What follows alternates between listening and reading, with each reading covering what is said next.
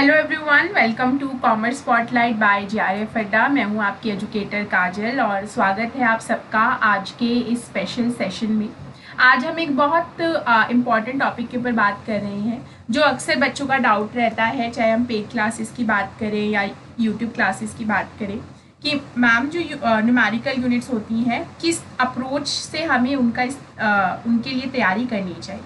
ठीक है, क्या हमें वेटेज देना चाहिए, किस तरीके से हमें प्रैक्टिस करना चाहिए, क्या सोर्सेज यूज़ कर सकते हैं, तो ये अक्सर सवाल रहता है। ठीक है, तो देखो, जब आपका जो एग्ज़ाम है, ठीक है, यूजीसी नेट जीआरएफ का एग्ज़ाम है, या अगर आप किसी सेट एग्ज़ाम की तैयारी कर रहे हो या किसी भी असिस्टेंट प्रोफेसर रिलेटेड एग्ज़ाम की तैयारी कर रहे हो, ठीक है, या टीजीटी पीजीटी एग्ज़ाम की भी तैयारी कर रहे हो, वहाँ भी ये सब आता है।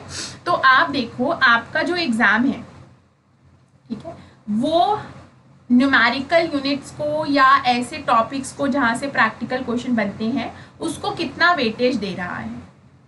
ठीक है, प्रीवियस ईयर पेपर चेक करके, एनालाइज करके, सिलेबस देख के आप ये पता लगा सकते हो कि आपका एग्जाम जो है, जो भी स्पेसिफिक एग्जाम है, मान लो मैं यूजीसी नेट जीआरएफ एग्जाम की बात कर रही हूँ, तो वो एग्जाम जो है वो न्यूमेरिकल टॉपिक्स को या ऐसी यूनिट जहाँ से न्यूमेरिकल क्वेश्चंस पूछे जाते हैं उनको कितना वेटेज देता है। जब मुझे समझ में आ जाएगा कि अच्छा, न्यूमेरिकल टॉपिक्स का प्रैक्टिकल पोर्शन का मेरे पूरे एग्जाम में, पेपर 2 की स्पेसिफिकली बात करूं तो इतना वेटेज है, तो मुझे अपनी प्रिपरेशन में भी वो रेशियो मेंटेन करना है। ठीक है, यानी अगर आपका एग्जाम बहुत वेटेज दे रहा है प्रैक्टिकल पोर्शन को, तो आपको प्रिपरेशन में भी उसको अच्छा खासा वेटेज देना होगा।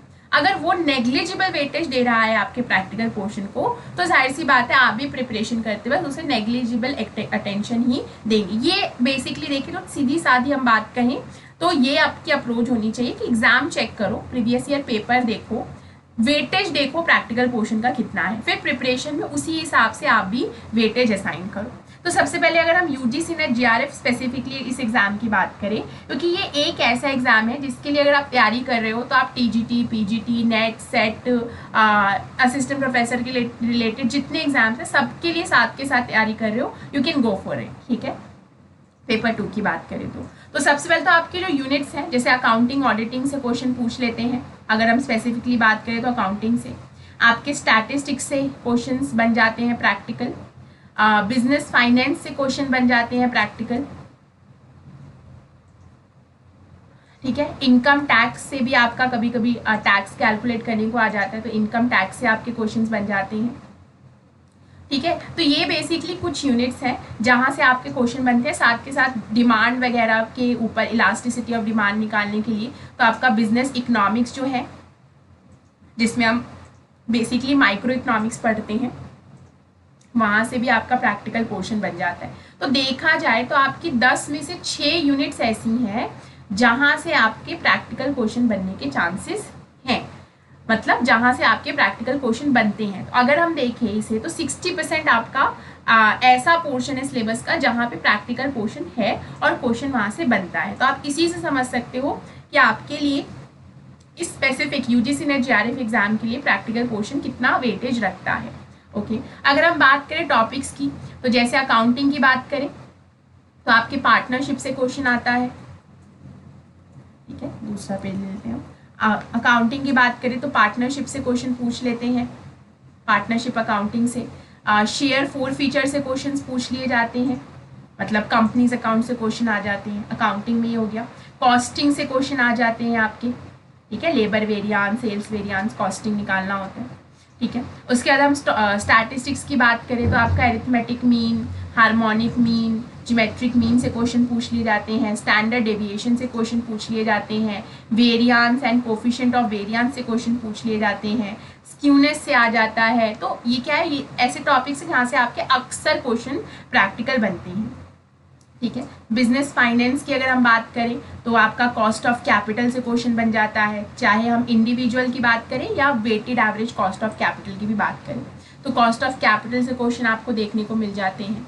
ठीक है, उसके अलावा लेवरेज से क्वेश्चन आपको देखने को मिल जाते हैं। ठीक है, उसके अलावा हम टैक्स की बात करें तो कभी कभी आपको डिडक्शन कैलकुलेट करने को आ जाती है कि बताइए कितना डिडक्शन मिलेगा। जैसे बच्चों वाले में मिल जाता है कि अगर मान ली किसी इंडिविजुअल के 2 बच्चे हैं तो बताइए 2 बच्चों की उसे मंथली एग्जाम मतलब एजुकेशन के ऊपर कितना डिडक्शन मिलेगा। या HRA आ जाता है।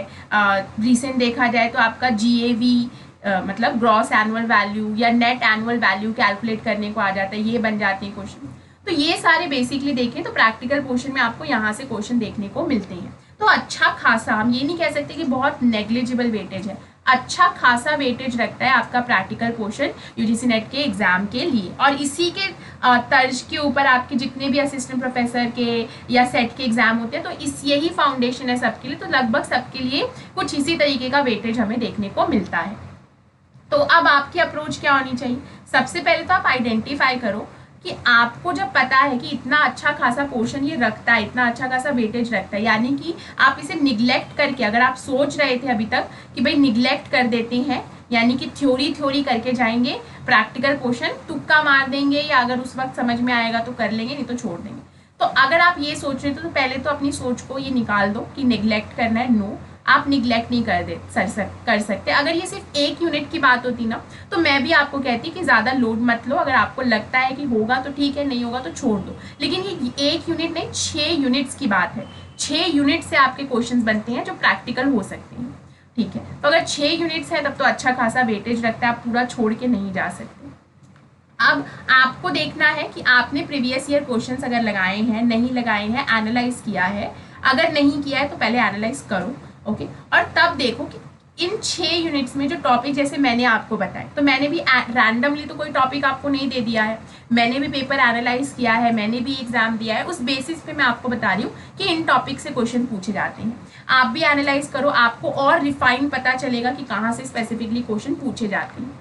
अब जब आप पढ़ रहे हैं, मान लो अगर स्पेसिफिकली आप एक यूनिट पढ़ रहे हो, फॉर एग्जाम्पल मैं ले लेती हूँ अकाउंटिंग पढ़ रहे हो, ठीक है। अब आपने वहाँ पार्टनरशिप के कॉन्सेप्ट समझ लिए, ठीक है, आपने कंपनीज अकाउंट के कॉन्सेप्ट समझ लिए, ओके। आपको लग रहा है कि यार मुझे यहाँ पे प्रैक्टिकल पोर्शन में ना और ज़्यादा अपने आप को शार्प करने की ज़रूरत है, तो ठीक है, प्रीवियस ईयर पेपर में तो यार इतने क्वेश्चन नहीं मिल रहे हैं कि मैं अपने कॉन्सेप्ट्स को और शार्प कर सकूँ। तो कोई बात नहीं, आप 12th स्टैंडर्ड में आपने ये पढ़ा था, तो आप 12th स्टैंडर्ड की अकाउंट्स की बुक उठाओ, ठीक है, जो भी मिल जाए। जैसे जनरली TS ग्रेवाल हम यूज़ करते थे, TS ग्रेवाल हो गया, DK गोयल है। आपको बुक खरीदने की ज़रूरत नहीं है, आप ऑनलाइन भी इनके क्वेश्चन अवेलेबल है, वेबसाइट्स के ऊपर भी। आप जाओ, वेबसाइट को सर्च करो, बुक है तो बुक खोलो और वहाँ से क्वेश्चन प्रैक्टिस करो। हाँ, वहाँ पे आपको फुल फ्लेज क्वेश्चन देखने को मिलेंगे, लेकिन प्रैक्टिस करने के लिए बहुत अच्छे हैं वो क्वेश्चन। अगर आप वहाँ से क्वेश्चन कर लोगे ना तो सच मानो आपके नेट के एग्जाम के क्वेश्चन ईजिली हो जाएंगे। ये आप कर सकते हो। अब देखो, इसके लिए आपको थोड़े एक्स्ट्रा एफर्ट्स अपने एंड से लगाने पड़ेंगे, ठीक है। एक्स्ट्रा एफर्ट्स अपने एंड से क्यों बोल रही हूँ मैं? क्योंकि आपको खुद वेबसाइट पे जाना होगा, क्वेश्चन ढूंढने होंगे। ऐसा नहीं ढूंढने में आपको बहुत महाभारत करनी पड़ेगी, बहुत ईजी होगा आपके लिए ढूंढना। आप टॉपिक का नाम डालिए, क्लास डालिए और आपके सामने अच्छी खासी लिस्ट आ जाएगी वेबसाइट्स की, जहाँ पर हर वेबसाइट पर आपको मल्टीपल क्वेश्चन मिल जाएंगे। आप बस गो थ्रू करो। अब इसके लिए क्या है, अगर आप मान लीजिए दिन में 6 से 7 घंटे आप टारगेट बना के चल रहे हो कि मैं 6 से 7 घंटे पढ़ूंगा या पढ़ूंगी, तो जाहिर सी बात है आपने पेपर 1 पेपर 2 दोनों के लिए डिवीजन किया होगा। देखो, ये एग्जाम्पल मैंने आपको 1 यूनिट के लिए बता दिया। ऐसे ही आप स्टैट्स के क्वेश्चन के लिए आप रेफर कर सकते हो अपनी कोई ग्रेजुएशन या मास्टर्स में आपने पढ़ा होगा वहाँ से। इनकम टैक्स के लिए आप 11th स्टैंडर्ड कह रही हूँ, फर्स्ट ईयर सेकेंड ईयर में टैक्स था ना, आप जब ध्यान भी नहीं आ रहा है, फर्स्ट या सेकेंड ईयर में ही, ऐसे ही मुझे याद है जितना, ठीक है। सेकेंड ईयर में शायद टैक्सेशन की बुक होती है, ठीक है। तो आप वो बुक से, मतलब उस ऑनलाइन भी आपको बुक मिल जाएगी, नहीं तो फ्री मटेरियल भी मिल जाएगा आपको यूनिवर्सिटी का या इग्नू का। वहाँ से आप ये टॉपिक्स उठा के और वहाँ से आप क्वेश्चन प्रैक्टिस कर सकते हो, ठीक है, इनकम टैक्स के लिए। इसी तरीके से स्टैटिस्टिक्स के लिए, बिजनेस फाइनेंस के लिए आप वेबसाइट्स के थ्रू और एक्स्ट्रा, देखो एक तो PYQ है ही आपके लिए, ठीक है, PYQ में तो आपको मिल ही जाएंगे क्वेश्चन, ठीक है। लेकिन PYQ से भी अगर आपको लगता है कि नहीं मुझे और प्रैक्टिस की जरूरत है, तो आप और वेराइटी ऑफ क्वेश्चन अगर करना चाहते हो तो आप ऑनलाइन टॉपिक का नाम डाल के या बुक डाल के आप वहाँ से क्वेश्चन फेच कर सकते हो, विद सोल्यूशन फेच कर सकते हो, और फिर अपना ऑनेस्टी के साथ पहले खुद से सॉल्व करके देखो। हो गया तो वेल एंड गुड, नहीं हुआ तो उसे फिर आप वो सोल्यूशन में देख सकते हो कि कैसे हुआ। फिर भी डाउट रह जाता है तो you can reach out to the educator और जो भी आपके मेंटोर है जिनसे भी आप पढ़ रहे हैं, ठीक है। तो ये आप कर सकते हो। प्लस अगर मैं देखूँ टाइम की बात करें तो 6 से 7 घंटे अगर मैं मान लूँ आप पूरा पेपर 1 पेपर 2 मिला के पढ़ते हो तो उसके लिए आपने पेपर 1 पेपर 2 के स्पेसिफिकली टाइम डिवोट किए होंगे। अगर मैं मान लूँ आप 6 घंटे पढ़ रहे हैं, चलिए ठीक है 6 घंटे मैं मान लेती हूँ पढ़ रहे हैं, अगर आप 2.5 घंटे भी पेपर 1 को दे रहे हैं तो 3.5 घंटे आपके पेपर 2 के लिए बचते हैं। आप 3.5 घंटे, आप सिंपल बात है ना, थ्योरी थ्योरी थ्योरी थ्योरी तो आप पढ़ नहीं सकते। तो आप जो ब्रेक्स लेते हो ना, जब दिमाग आपका थक गया है थ्योरी पढ़ पढ़ के, मैं ये नहीं कह रही एक्स्ट्रा टाइम अलॉट करो, जब आपका दिमाग थक गया है थ्योरी पढ़ पढ़ के तो वो इंटरवल्स लो। ब्रेक मैं ये नहीं कह रही हूँ कि ब्रेक लेके शांति करो, बीच बीच में आप इंटरवल्स लो जिसमें आप यार थ्योरी पढ़ पढ़ के ना दिमाग थक गया है तो चलो कुछ प्रैक्टिकल क्वेश्चंस कर लेते हैं, ठीक है। कोई प्रैक्टिकल क्वेश्चन पिक किया, शेयर का पिक कर लिया, कॉस्टिंग का पिक कर लिया, या मीन मीडियन मोड से पिक कर लिया, या कॉस्ट ऑफ कैपिटल से पिक कर लिया, ये पिक करके क्वेश्चन सॉल्व करो, ठीक है। इस तरीके से, ठीक है, इस तरीके से आप अपनी जो प्रैक्टिकल यूनिट है उसको प्रैक्टिस कर सकते हो, ठीक है। तो इस हिसाब से सोचो, ठीक है, कि एग्जाम में आपका वेटेज अच्छा खासा रखता है तो आपको प्रिपरेशन में भी इसको वेटेज देना होगा। ऐसा नहीं है कि एक दिन आपने कॉन्सेप्ट पढ़ लिया और आपने 1-2 क्वेश्चन वहाँ से ट्राई कर लिए और हो गया, अब आपका सब सेट है, अब आप सीधा एग्जाम दिन जाओगे और वहाँ पर जो प्रैक्टिकल क्वेश्चन आएगा आप करके आ जाओगे। ऐसा नहीं होता है। एक तो प्रॉपर नोट्स बनाइए, जो आपका प्रैक्टिकल पोर्शन है उसके लिए प्रॉपर नोट्स बनाओ, बिल्कुल उसमें कोई भी आपको कोताही बरतने की जरूरत नहीं है, जल्दबाजी नहीं करनी है कि ये लिख देते हैं ये छोड़ देते हैं। ट्राई टू राइट एवरीथिंग, जो फॉर्मूलाज हैं उनको लिख लो सो दैट लास्ट मोमेंट पे आपको क्विक रिविजन के लिए वो फॉर्मूलाज हेल्प करें, ठीक है। तो प्रॉपर जो प्रैक्टिकल पोर्शन है उसके नोट्स अच्छे से बनाइए। नोट्स बनाने के बाद उन्हें वीकली रिवाइज कीजिए और डेली, आपको डेली बिना किसी भी तरीके से चूके, बिना किसी भी डिसऑनेस्टी के, बिना अपने आप को सांत्वना दिए आपको डेली क्वेश्चन प्रैक्टिकल वाले प्रैक्टिस करने हैं, ठीक है। आप ये सोच के नहीं चल सकते कि चलो छोड़ दो यार थ्योरी से हो जाएगा, नहीं होगा। थ्योरी से मे बी आपका नेट हो जाएगा, थ्योरी पढ़ के मे बी आपका नेट हो जाएगा, लेकिन अगर आप बिल्कुल सिरे से नकार दोगे प्रैक्टिकल प्रॉब्लम्स को तो जीआरएफ नहीं होने वाला है, ओके। तो ये चीज़ का ध्यान रखो, ठीक है। अगर फिर भी कोई डाउट रह जाता है तो आप कमेंट बॉक्स में डाल सकते हो, ठीक है। कोई स्पेसिफिक डाउट है अगर आपका जो हम वीडियो में नहीं कवर कर पाए तो आप कमेंट बॉक्स में डाल सकते हो और ज़रूर आपके डाउट को देखकर मैं केटर करने की कोशिश करूँगी, ठीक है। तो ये समझो, थोड़ा उस हिसाब से स्ट्रैटेजाइज करने की कोशिश करो। बाकी अगर आप हमारे साथ जुड़ना चाहते हैं तो ज़रूर JRF अड्डा 2.0 बैच के साथ लॉन्च कर चुका है अपना नया बैच, पूरा बैच, और ये बहुत सारे एडिशनल बेनिफिट्स के साथ है। जनरली आपको, अगर आप कॉमर्स का बैच लेते हो तो आयुषी मैम और मैं आपके लिए बैच केटर कर रहे हैं। आपको क्या क्या इसमें मिलने वाला है, पेपर 1 का आपको वीडियो कोर्स मिलेगा लाइव एंड रिकॉर्डेड, पेपर 2 का आपको वीडियो कोर्स भी मिल जाएगा और मतलब पूरा लाइव एंड रिकॉर्डेड सेशन मिलेंगे, जैसे ऑनगोइंग ही है। लगभग 3 यूनिट्स अभी आपकी ऑनगोइंग चल रही हैं। साथ में आपको हैंडबुक मिलेगी, एक कंटेंट से रिलेटेड और एक आपके प्रीवियस ईयर पेपर से रिलेटेड, और साथ में आपको प्रॉपर गाइडेंस दी जाएगी कि आपको कैसे रिसर्च प्रपोजल बनाना होता है, जो कि अक्सर बच्चों का डाउट होता है जीआरएफ क्वालिफाई करने के बाद, ठीक है। तो आपको प्रॉपर गाइडेंस दिया जाएगा प्रपोजल बनाने में, डायरेक्शन दी जाएगी। जो एक्सपर्ट्स हैं, जो ऑलरेडी पीएचडी कर चुके हैं, कर रहे हैं, उनके थ्रू आपको गाइडेंस मिलेंगी कि किस तरीके से आपकी अप्रोच होनी चाहिए।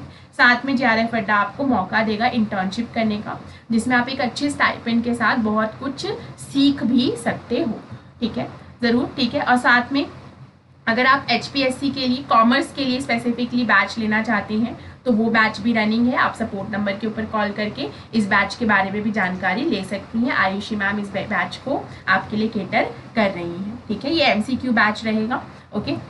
साथ में अब जैसे कि यूपी में भी बहुत सारी टीचर्स की वैकेंसीज निकली हैं, अगर आप उस एग्ज़ाम के लिए प्रिपेयर कर रहे हैं तो UPLT ग्रेड का भी फाउंडेशन बैच जल्द ही शुरू होने वाला है, ठीक है। तो आप अपने आप को फटाफट इनमें एनरोल करा सकते हैं और एक अच्छी स्पेसिफिकली फोकस्ड, जो कि सिर्फ यूपीएलटी ग्रेड 2025 के ऊपर फोकस्ड रहेगी, उसकी तैयारी कर सकते हैं। बिल्कुल फाउंडेशन बैच है, तो आपको ये सोचने की ज़रूरत नहीं है कि मुझे तो कुछ नहीं आता है तो मैं बैच ज्वाइन करूँगी तो ये तो पहले से ही शायद एडवांस चल रहा होगा। नो, बिल्कुल फाउंडेशन, बिल्कुल बेसिक से आपको सारी चीज़ें कराई जाएंगी। तो बिल्कुल आप ये बैच भी चाहे तो ज्वाइन कर सकते हैं और अपनी तैयारी को एक लेवल अप कर सकते हैं। ठीक है, चलिए, आई होप ये सेशन आपके लिए हेल्पफुल था। अगर आपको कोई भी डाउट है और तो आप कमेंट बॉक्स में लिख सकते हैं, कोई स्पेसिफिक डाउट है, देखकर मैं आपको केटर करने की ज़रूर कोशिश करूँगी। ठीक है, बाकी अगर आप अभी तक चैनल के साथ जुड़े नहीं हैं तो ज़रूर चैनल के साथ जुड़िए। आपको